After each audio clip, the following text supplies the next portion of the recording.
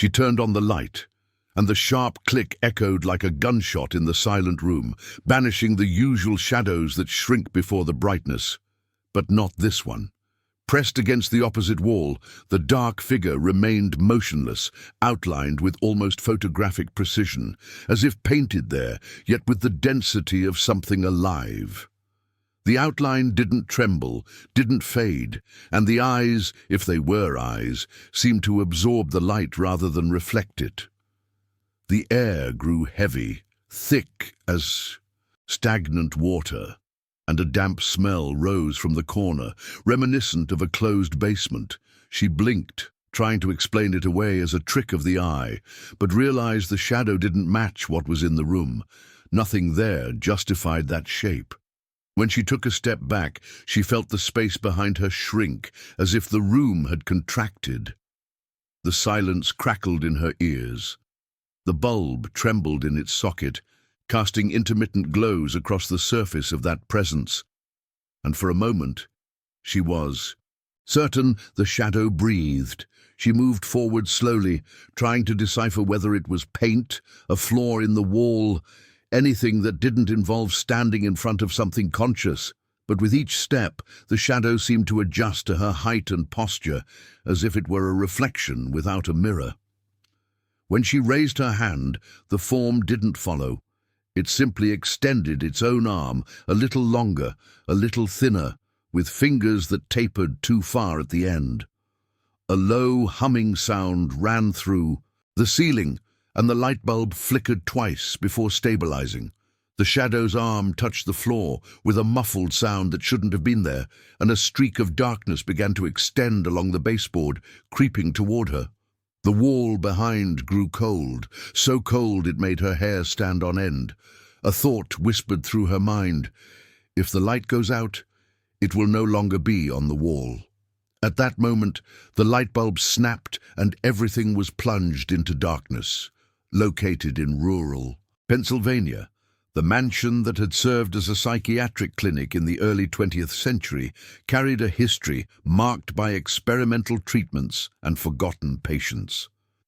Decommissioned in the 1970s, the building was purchased by a family who intended to restore it and transform it into a historic hotel, but the project never came to fruition. The property remained closed for decades until it was acquired by an NGO seeking to create a community center. Among the volunteers was Emily Harper, a nurse who had recently arrived in town, seeking a fresh start after a turbulent period.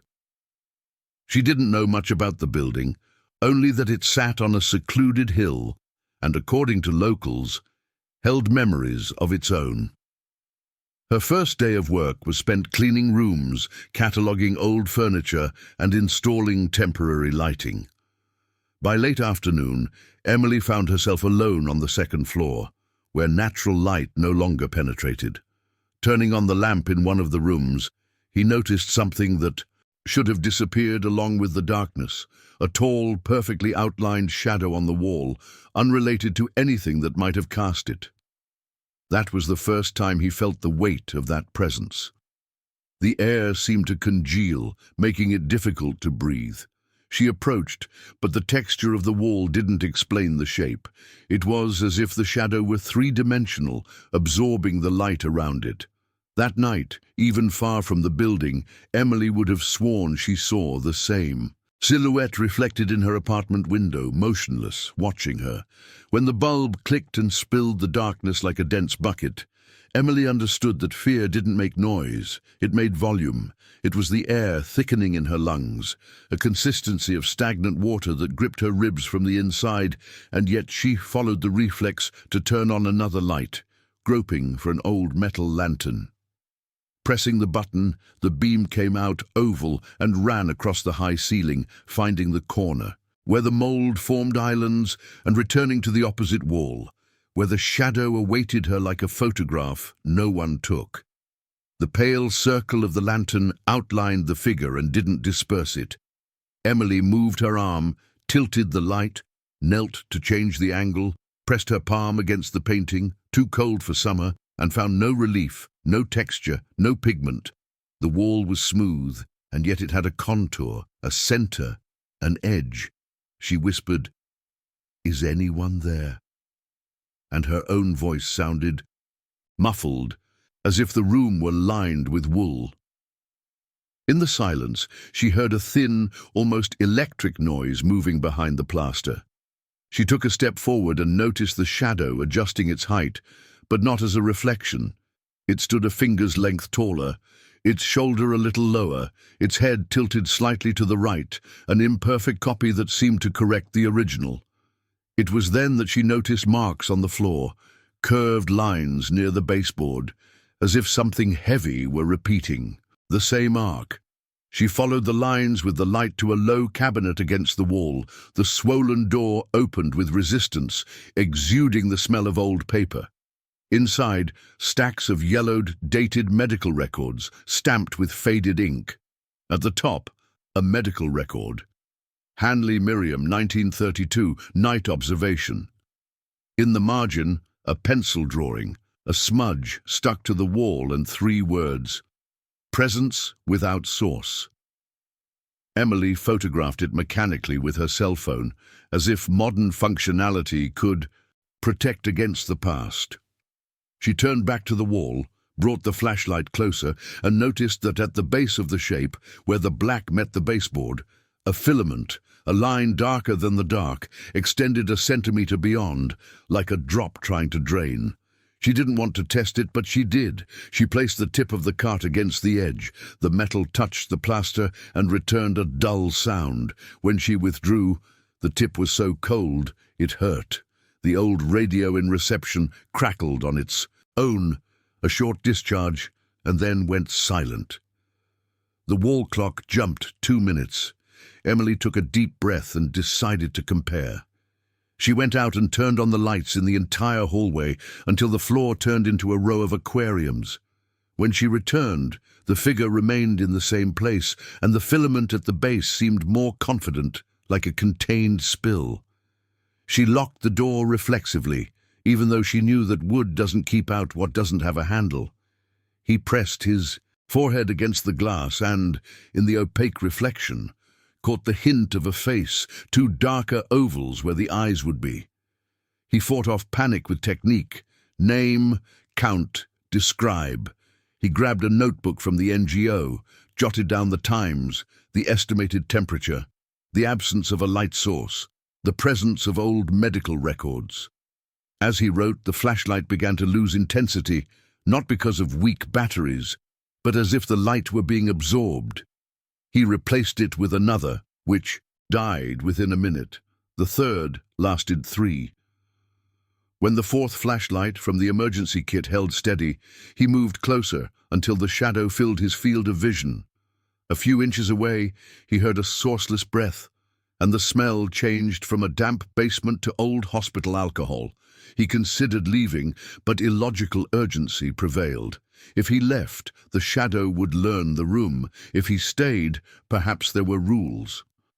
"You stay there. I'll stay here," he said with a childish shiver. The central light bulb, which had burned out, flickered and then came back on by itself. The light didn't disperse the shape. Instead, it sharpened it like a knife's edge. Outside, footsteps paused before the door. Someone's shadow appeared on the glass. She opened it, and the hallway was empty. On the carpet, wet soles trailed where the light failed. Emily's hands trembled. She turned to the wall and saw the change she'd feared. The shape had moved a finger's width beyond the boundary, like paint seeping through whitewash. She understood the lesson it taught. Light didn't dissolve shadows, it only taught them how to behave. And the night shift would be too long for someone alone in a building that held memories of its own. Emily took the sheaf of charts to the reception desk and spread them out on the counter, ordering the dates like someone constructing a hazard map. The dry paper gave off chalk dust, blending in with the clock that read 8:06, and she soon noticed a pattern. In the BS notes from 1932-1934, terms like shadow without origin, adherent form, not staring for more than 3 beats were repeated. In the margins, different nurses described shifting darkness when turning on lights. On stormy days, the presence thickened. Among the charts was an envelope from the Waverley Institute with 3 sepia photographs of the same empty room. In the first, nothing. In the second, a smudge stuck to the corner. In the third, the tallest smudge, and 2 technicians posing, with tense smiles. On the back, the phrase, "Light teaches form." The sentence struck Emily with the cold precision of a diagnosis. The lamp she'd relit hadn't dissolved anything. It had merely sharpened what was already there, as if clarity were instruction. A distant hammering came from the neighboring shed. She expected human noise on the second floor, but what rose was a wind of dust and the smell of old ether. She returned to the living room. She pressed her ear to the door and felt pressure on the other side, that electricity that makes hair stand on end before a storm. She opened it. The shadow remained stuck a finger's breadth beyond the boundary, the thickest filament in the baseboard. So as not to get lost, she wrote on the board, 0819, steady. 0824, buzzing in the lamp. 0827, filament grows. She pasted the sepia photo next to it and, almost childishly, drew a small square around the place where a face might be. She needed a measurement. She tied a string to the baseboard, marking the edge of the overflow, and made another mark 10 millimeters further on. If he moved forward, he would see. The bulb blinked twice and stabilized. Then he heard the first sound coming from the form, the crackle of dry ink cracking. The filament lengthened until it touched the ribbon and stopped obediently, as if recognizing the line. Emily smiled in spite of herself, a tiny victory for a body in need of victories. The old radio downstairs hissed and said, "Channel." 3 in English, without a human accent. The connection to Jonah, the coordinator, dropped 3 times, and on the third, he picked up a recording with busy tones from another decade. He wrote it all down. When he looked up, the oval eyes had less fuzzy edges, and his head tilted as it had minutes earlier over the papers. Late copy, less and less late. He remembered the 3-beat rule and looked down at the floor. He decided to teach another lesson. He pushed furniture, opened the window to a blue late-afternoon beam, and placed the chalkboard in front of the form, with arrows and simple words, "Stop! No! Stay!" She didn't believe she would read, but she needed to behave as if she did. A brief chill shot through her forearm. Her vision flickered and returned. The shadow's edges trembled in the direction of the arrow, like water trying to copy a gesture. Very well, he escaped, and hated herself for rewarding something she'd learned. The door slammed shut, the handle turned, and froze halfway. Footsteps ran down the hallway, tracks of wet soles crossed the entrance, and 2 steps died inside the room, as if someone invisible had stopped between Emily and the wall. She held her breath until it hurt. When the blood in her ears subsided, she saw 2 new marks in the plaster at the height of the square she'd drawn, fingerprints sunk from the inside out. The string remained, but the rest of the shape had taken on the feel of fabric. She backed up until she was against the opposite wall and promised herself, the first time she stepped beyond the line, she would turn out the lights, close her eyes, and break the class. She returned to the charts and found the name repeated in different months, Miriam Hanley. On one sheet, someone had noted that the patient said she sees the room by learning to see it, and refused to sleep with the lights off because the shadow gets lighter when I turn them on. Another line noted, graduated exposure to light, paradoxical, results. In the corner of the envelope fell a newspaper clipping from 1933, Local Institute tests new method of night observation, admitting unusual reaction of patients to continuous lighting. Emily strained her ear toward the hallway. No human footsteps. just the low ripple of electricity traveling through the old wires, as if the building breathed alternating current. But before continuing the story, check if you are already subscribed to the channel, because there is a new video here. Every day. Night fell without Emily noticing the exact moment the sky changed from blue to leaden. On the second floor, the light from outside no longer reached the narrow windows, and the cold beam from the street lamps died before touching the dusty glass. The living room lamp, which had seemed steady before, began to swing slowly, like an indecisive pendulum. Emily sat facing the shadow, aware that to anyone outside, the scene would simply be a woman staring at a wall.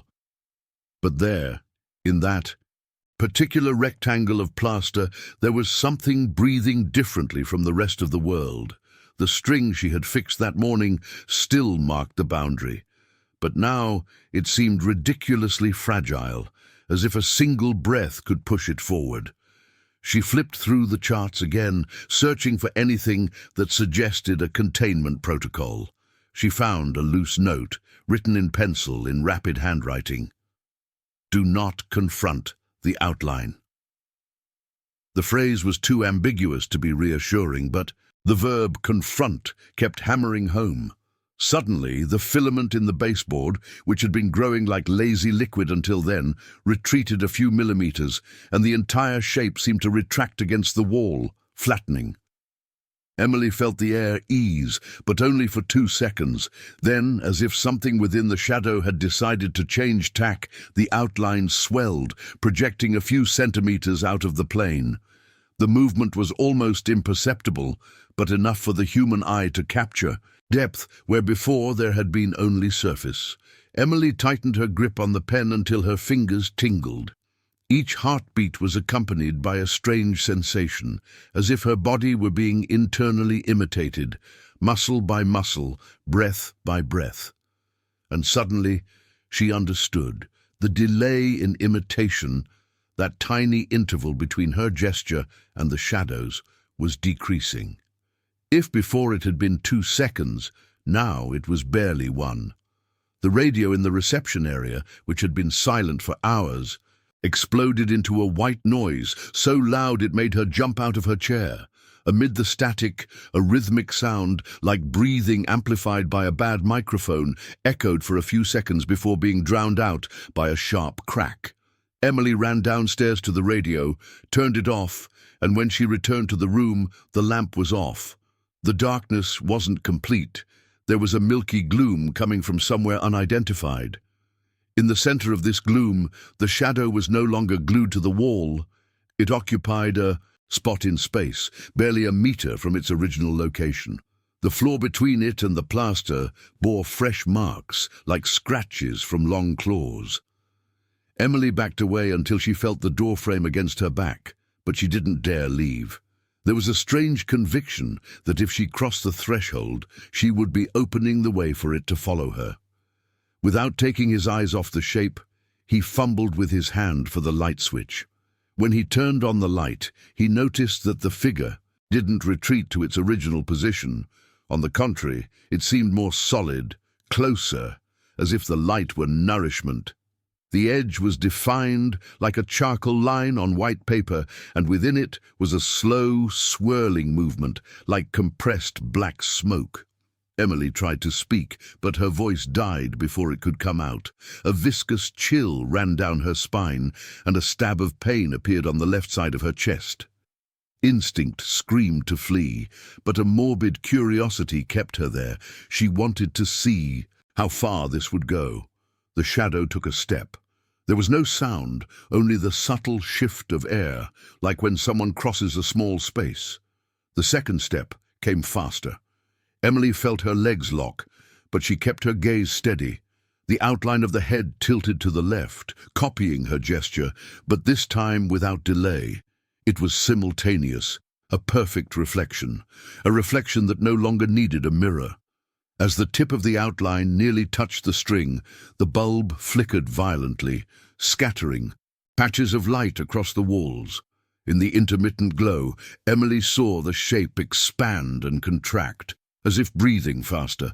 A sharp crack echoed through the building structure, and the window behind her opened by itself, letting in a blast of cold air.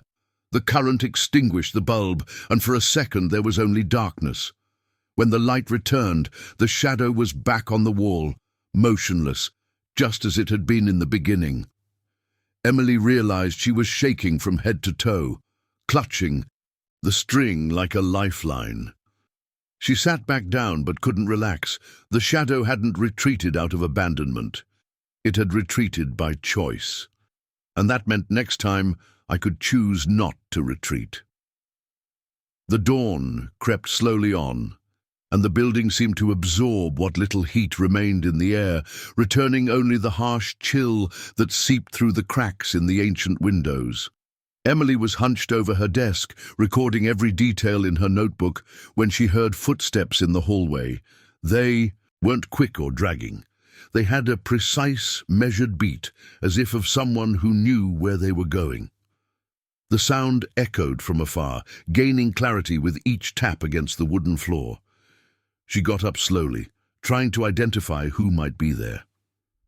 The other volunteers had already left hours earlier, and Jonah, the coordinator, had only been on duty until early evening. "Jonah!" he called, projecting his voice into the void. No response. The footsteps continued, approaching the living room door. Emily felt her stomach tighten. The shadow on the wall remained still, but there was something about the room. A subtle shift in air pressure that told her this wasn't just a human visitor. When the doorknob slowly turned, a shiver ran down her spine. The door opened just enough to create a crack, and the hallway appeared on the other side, deserted. Then came the voices. These weren't normal conversations. They sounded like overlapping murmurs coming from different directions. Indistinct words, carried by an echo that seemed to travel through the walls. Emily tried to grasp some meaning, but every time she thought she recognized a phrase, it faded into noise. One detail, however, caught her attention. The tone wasn't conversational, but rather reading, as if several people were reciting a text simultaneously, out of sync. She took a step into the hallway and realized the sound neither moved away nor drew closer. It remained at the same distance no matter how far she moved. With each step, the feeling of being watched grew. The shadow, seen out of the corner of her eye, seemed thicker, as if it had absorbed her absence from the room. At the end of the hallway, one of the doors was ajar. A beam of yellow light escaped through the crack, flickering like a flame. Emily approached, driven by the need to identify the source of the murmur. Pushing open the door, she found a small room filled with metal filing cabinets, and on the central table, an old projector, running but without a ribbon. Even so, the reel spun, and the light projected a series of slow-moving spots onto the wall. The voices were coming from there, modulating as if responding to something invisible. As she approached, she noticed that the projected spots had vaguely human contours, but distorted, as if seen through murky water. One of them stood out. An elongated silhouette, its head slightly tilted, exactly like the shadow in the room. Emily took a step back. At that moment, the projector turned, off by itself, plunging the room into darkness. The voices ceased immediately. The silence that followed was even more unsettling, broken only by a sharp sound behind her, the door slamming shut. Emily turned the handle, but it didn't budge. An intense cold began to emanate from the far corner of the room, and from the darkness emerged the outline of the same figure, now untethered, advancing slowly. The distance was too short to consider escape. Emily leaned against the cabinet, feeling the cold metal against her back, and closed her eyes. When he opened them again, he was back in the hallway, the classroom door open, and the projector was off, covered in dust as if it hadn't been used in decades. There was no sign of the voices or the figure. Panting, she returned to the main room. The shadow was still there, motionless, but the filament on the baseboard had grown noticeably, crossing the mark of the string. There was no longer any line to contain it. Emily felt the weight of a terrible realization. Every time she moved away, every time the building forced her to leave, the shadow took advantage to advance. Emily stood motionless for a few minutes, her notebook open to the line, "Light teaches form." The sentence sounded less like a metaphor and more like a rule. If light taught, could darkness unlearn? Testing a hypothesis in a breathing building isn't science, it's courage in disguise. Still, she devised a simple method. She gathered up the flashlights, covered the lampshade, and went to the circuit breaker. She tucked a flashlight in her pocket that only turned on when the button was pressed. He flipped the circuit breaker. The hallway went dark with a crackle that ran through the metal, and the room plunged into a pitch-black darkness, the kind that draws no boundaries. His first impulse was to turn on the light. His second was to obey. No. With his eyes open, he noticed that darkness has textures. There's a black silence and another presence. What occupied the room was the latter. A light breath moved in front of him without origin, like air displaced by someone shifting their weight from one foot to the other. The smell also changed, from mildew to old alcohol. He breathed, counting beats, 3 by 3, remembering 1932. In the distance, a car streaked down the street, and the headlights briefly drew a pale ribbon across the roof, not enough to reveal anything. Then came a sound that belonged nowhere, the scraping of something against the plaster, slow, up and down, like a long fingernail scoring the whitewash. It repeated 3 times, and on the third, a wet hiss hurt her gums. She gave in to panic a centimeter, pressed the button. The oval beam swept across the void. There was no shadow on the wall. There was volume in the space, a sliver of darkness standing out from the pitch black, like compressed smoke trying to become weight. She released the button, and the light died instantly. Her body understood before her tongue. In the dark, presence is freed, light hardens it. An impossible choice. Darkness made it mobile, light made it clear. He searched for a middle ground. He remembered a note. Night observation with red filter. In the closet he found an emergency bulb, gauze, and a scrap of red acetate. He screwed the bulb into the socket, wrapped it with the cloth and acetate, and turned the circuit breaker back on. When he turned on the red light, the room took on the air of a dark room. The figure reappeared as an imperfect negative. Its height matched Emily's. The ovals of its eyes looked like less voracious cavities. The imitation was delayed again. It tilted its head. 2 beats later, the shadow repeated. He noted 112. Red filter, imitation delayed, form loses body, eye contact 3 beats. Underneath he underlined, do not turn off completely. From the hallway came small noises, like a sheet being pulled back. The floor showed wet soles crossing the threshold toward the stairs. The clock stopped at 1:19, jumped to 1:27 and stopped. With each tick the conviction grew. The place learned who looked at it. Back in the room she noticed something terrifying. Between the base of the outline and the baseboard, a tiny gap, like feet not touching the floor. From there, short threads unraveled, advancing 2 or 3 centimeters and withdrawing, like newborn tentacles. It wasn't the liquid overflow of before, it was muscles under construction. The lamp wavered for a split second, and in the hesitation, the figure advanced a finger and retreated, a minimal rehearsal. Emily felt she was teaching something she didn't want to teach her. She drew a second line on the floor with masking tape. Do not trespass. Childish, but the shadow hesitated there. The urge to call Jonah came like a reflex, but another pair of eyes seemed dangerous. If the building learned visitors, each person became a new manual.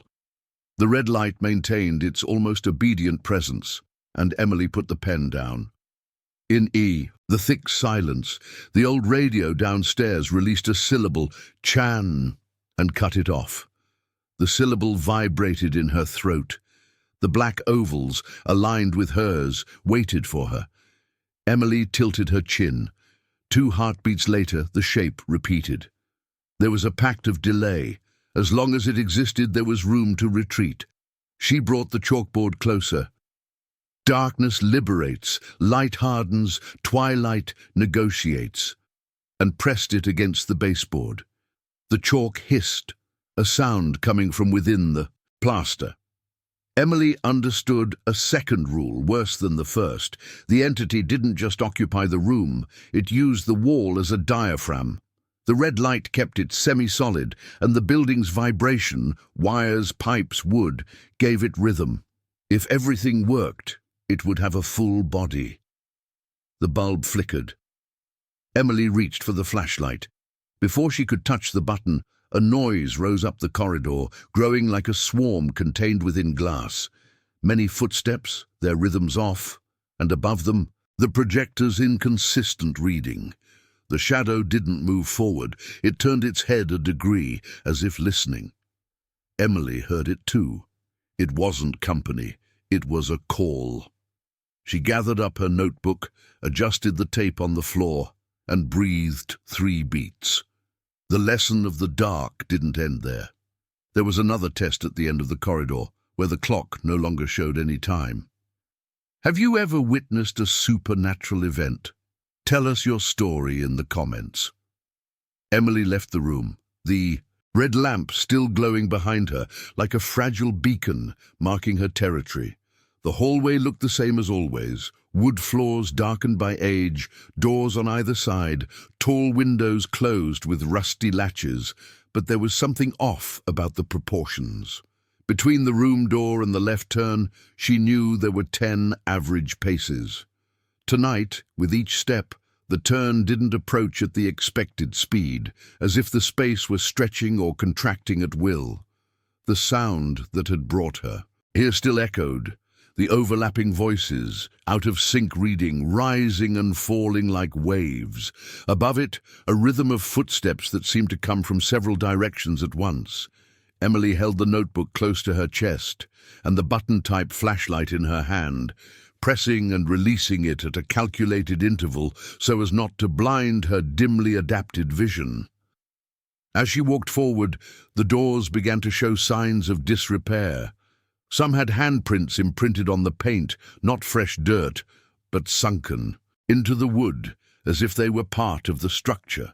Others were slightly open, and from within came a chill that seemed to draw the heat from her skin. One of them, the third on the right, showed a sliver of pale light coming from below.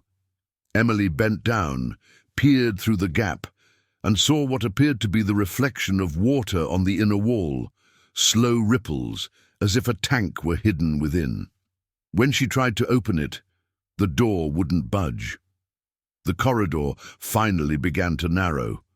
The walls sloped inward by millimeters, and the previously high ceiling seemed lower, forcing her to shrug. The physical sensation was like passing through a funnel, but her mind screamed that it was the building that was changing, not her. The voices became clearer. Now he could recognize individual words. Stay, look, wait.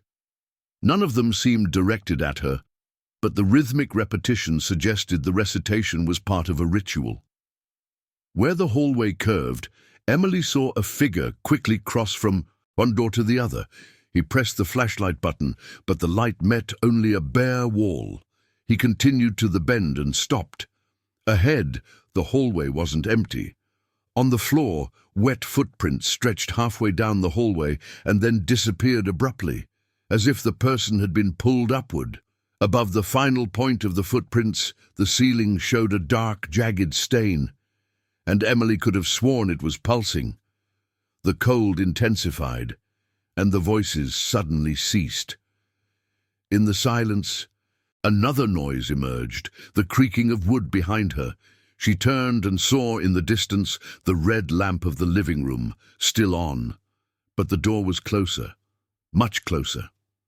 The hallway had shortened, eliminating entire meters of distance in seconds. Emily's heart raced. If space could change like this, it could close completely. He decided to turn back before it was too late. He took a step toward the living room, and the hallway seemed to resist, stretching again, giving him back the meters he had stolen earlier. With each step, the red lamp grew farther away. The doors on either side began to tremble slightly, as if something was pushing from within. A damp sound came from the nearest door, a slow scraping against the floorboards. Emily ran.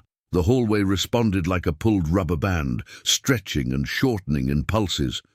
When she finally passed through the living room door, she slammed it behind her and leaned against it, panting.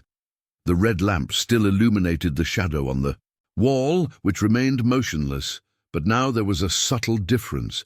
The outline had incorporated the gesture she had made moments before in the hallway, leaning forward as if preparing to run.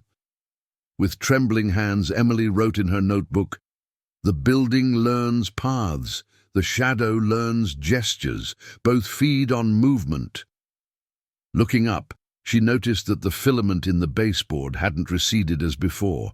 It was thicker, firmer, and extended a few inches above the floor, like a root, searching for soil. And for the first time, Emily had the distinct feeling that it wasn't just her who was watching. Something, somewhere in the building, was studying her too, waiting for the moment when distance and space no longer had meaning. Under the red light, Emily noticed the shadow beginning to take shape. The oval spots of the eyes were clearer, and between them, a relief hinted at the shape of a nose. The surface trembled, as if the lines were trying to settle. As she approached, she heard a low hum, almost like an electrical vibration coming from the shape.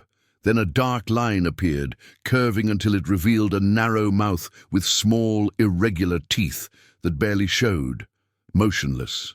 Startled, Emily briefly turned on the white light. The shadow didn't retreat. On the contrary, its features deepened and its smile widened. The radio crackled, emitting a deep, slow voice in strangely cadenced English. Leafing through Miriam Hanley's charts, she found the entry. Day 5. Form attempts to copy face, avoid prolonged eye contact. He tried to look away from the baseboard, but in his peripheral vision, he saw the mouth move in a slow, chewing motion. The light bulb flickered twice, and in the brief darkness, he felt the air move in front of him. When the light returned, the face was closer, the smile wide, at an unnatural angle. "I know you understand me," he said. The shadow tilted its head exactly as she had, without delay. On the ground, the tape marking the boundary was a foot behind the figure's new position. The radio then spoke, clear and direct. "Turn off the light." The red light blinked 3 times and went out. Darkness swept over the room, accompanied by a chill that sent goosebumps through the skin. Emily turned on the white flashlight. The shadow was no longer on the wall. The beam swept the room and found her in the center, 2 meters away, advancing soundlessly. The face was almost human, with 2 thin teeth and a lifeless smile. She backed up to the table, dropping her notebook. The white light seemed to slow her advance, but not stop it. With a quick gesture, she turned on the red filtered lamp. The figure froze and retreated to the wall. On the floor, near where she had been, a dark spot pulsed, a dense shadow gathering. Emily wrote, "In the dark, free movement, white light, partial resistance, red light, temporary containment." When she opened the door to leave, the hallway was abnormally dark, the gloom seeming to swallow the light from her flashlight. Something moved on the wall, forming an arm that moved forward a few inches before disappearing. She closed the door quickly. She realized it wasn't an electrical fault. It was a test. And next time, the shadow would advance faster. Determined to prevent further blackouts, Emily went down to the basement in search of the generator. The air down there was heavy, smelling of old oil and rust. Following the narrow hallway, she found the engine room, but the doctor was ajar, and the interior light was already on. She pushed it open, and the generator turned off, appeared intact. Beside it, dark marks on the floor, like shapeless footprints, surrounded the machine. As she approached the panel, she noticed that some switches were in the wrong position, as if someone had moved them on purpose. As she replaced them, a click sounded behind her. She turned and saw the shadow projected on the wall, but there was nothing there to create it. The elongated outline stood still, leaning forward, watching. Emily ignored it, turned on the generator and retreated to the door. The moment the power came back on, the figure vanished. But in the echo of the engine, he swore he heard the same deep voice from the radio, repeating softly, "Turn off the light." Back on the second floor, Emily found the red light on, but the shadow wasn't on the wall. The floor showed trails of liquid shadow leading to the window. She approached and saw the reflection of the figure standing behind her in the glass, but when she turned, there was nothing. The reflection, however, didn't mirror her movements. Emily raised her arm. In the glass, the shadow remained motionless, its head tilted, as if waiting for the right moment to act. She took a step back, and the reflection smiled, revealing overlong, sharp teeth. The light flickered, and the glass became opaque, obscuring any image. On the wall, the shadow reappeared, more solid, as if it had just arrived from somewhere it shouldn't have existed. In the following days, Emily sought out others who had seen something similar. She found 2 former employees of the old hospital. One of them said that one night a shadow appeared on the ceiling and began dripping darkness onto a patient's bed until the patient stopped breathing. Another spoke of voices coming from the walls, offering light in exchange for something he never wanted to discover. In ancient records, there were cases of volunteers who disappeared after mysterious blackouts. The note stated that the building learns schedules, and that when it knows someone will be alone, the presence takes advantage.